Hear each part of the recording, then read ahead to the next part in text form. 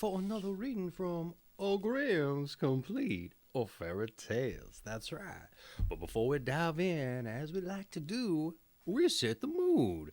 We get the lights out, get the fire crackling, and that D-harp buzzing.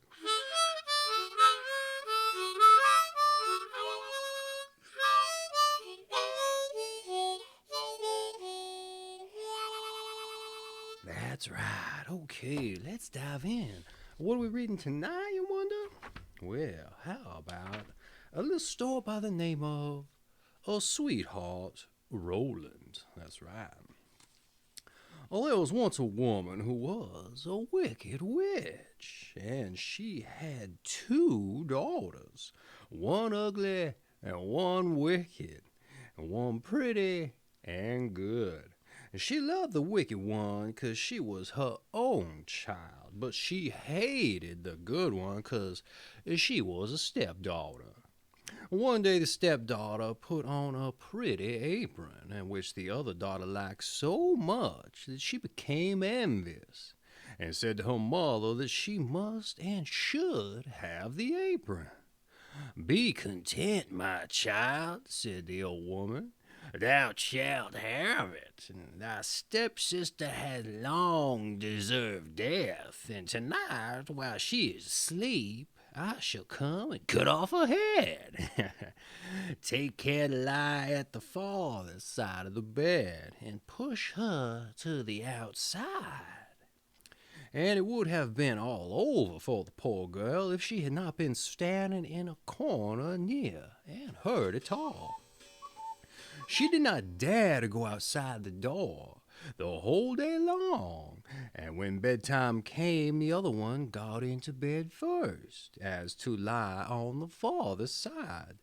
But when she had gone to sleep, the stepdaughter pushed her toward the outside, and took the inside place next to the wall. In the night the old woman came a-sneaking. In her right hand she held an axe, and with her left she felt for the one who was lying outside.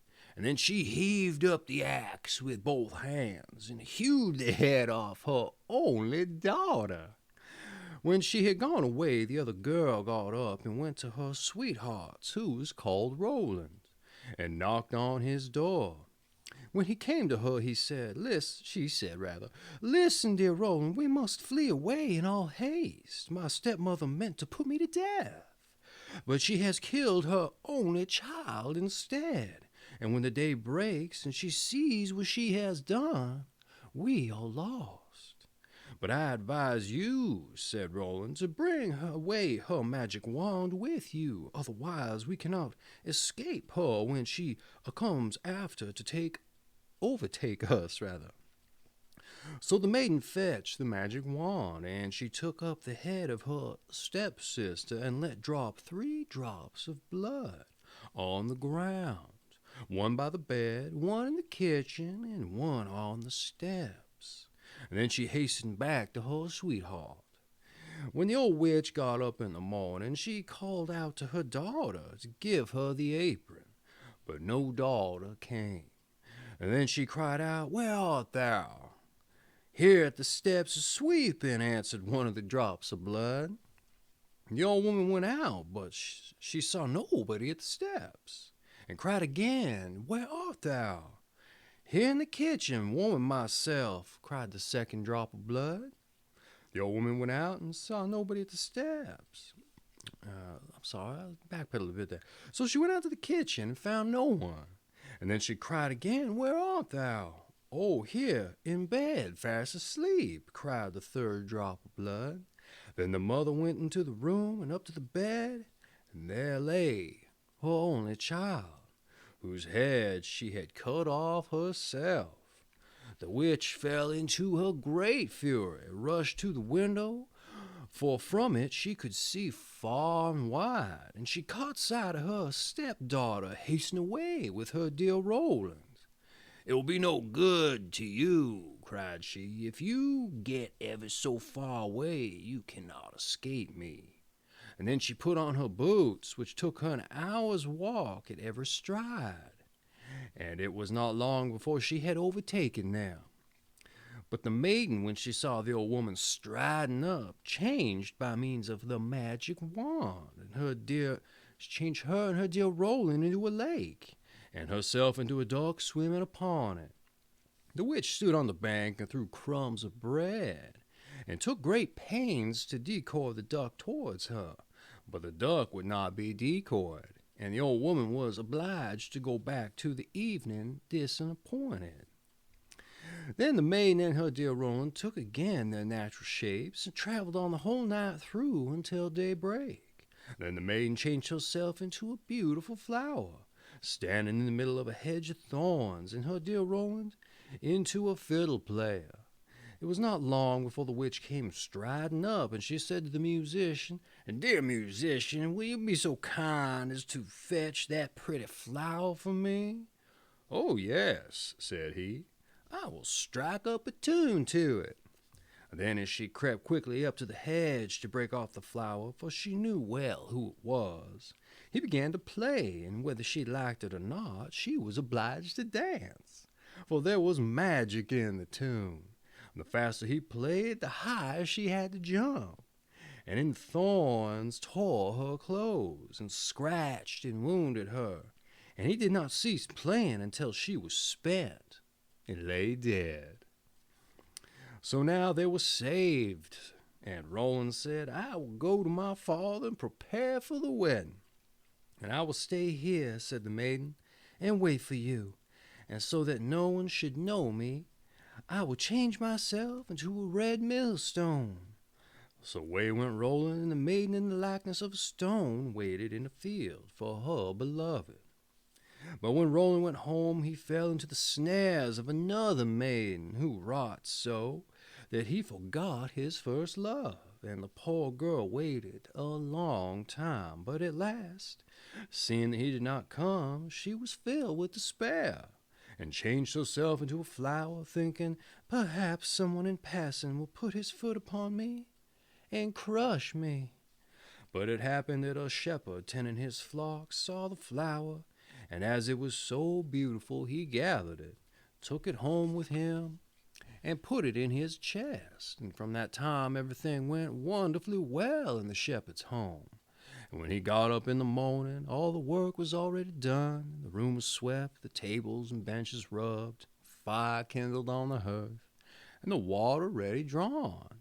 And when he came home in the middle of the day, the table was laid, and a good meal spread upon it.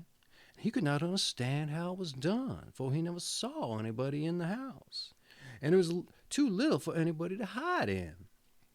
The good servant pleased him well, but in the end he became uneasy, and went to a wise woman to take counsel of her. The wise woman said, "There is magic in it.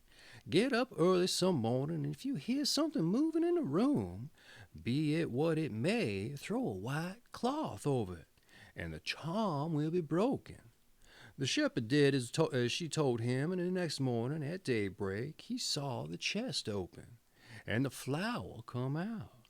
Then he jumped up quickly and threw a white cloth over it. So the spell was broken, and a lovely maiden stood before him, and she told him that she had been the flower, and had until now cared for his household matters. She told him all that had happened to her, and she pleased him so much, that he asked her to marry him. But she answered no, because she still remained true to her dear Roland, though he had forsaken her.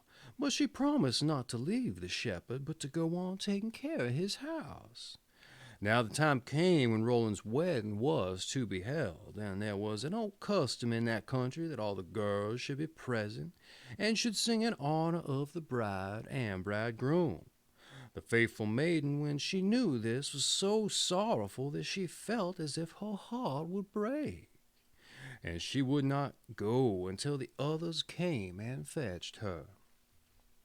And when her turn came to sing, she slipped behind, so that she stood alone, and so began to sing. And as soon as her song reached Roland's ears, he sprang up and cried, "I know that voice. That is the right bride, and no other will I have." And everything that he had forgotten, that he had been swept out of his mind came suddenly home to his heart, and the fair and the faithful maiden was married to her dear Roland, and her sorrow came to an end, and her joy began. And that has been somewhat an awful telling of Sweetheart Roland from Grimm's Complete Fairy Tales. That's right. I have an affiliate link for this monster of a book down in the description there, so pick you up a copy if you would like to have one, or just shop through that link if you would like to support the channel. I'd greatly appreciate it if you would. Hey, man, let's take us out, all right?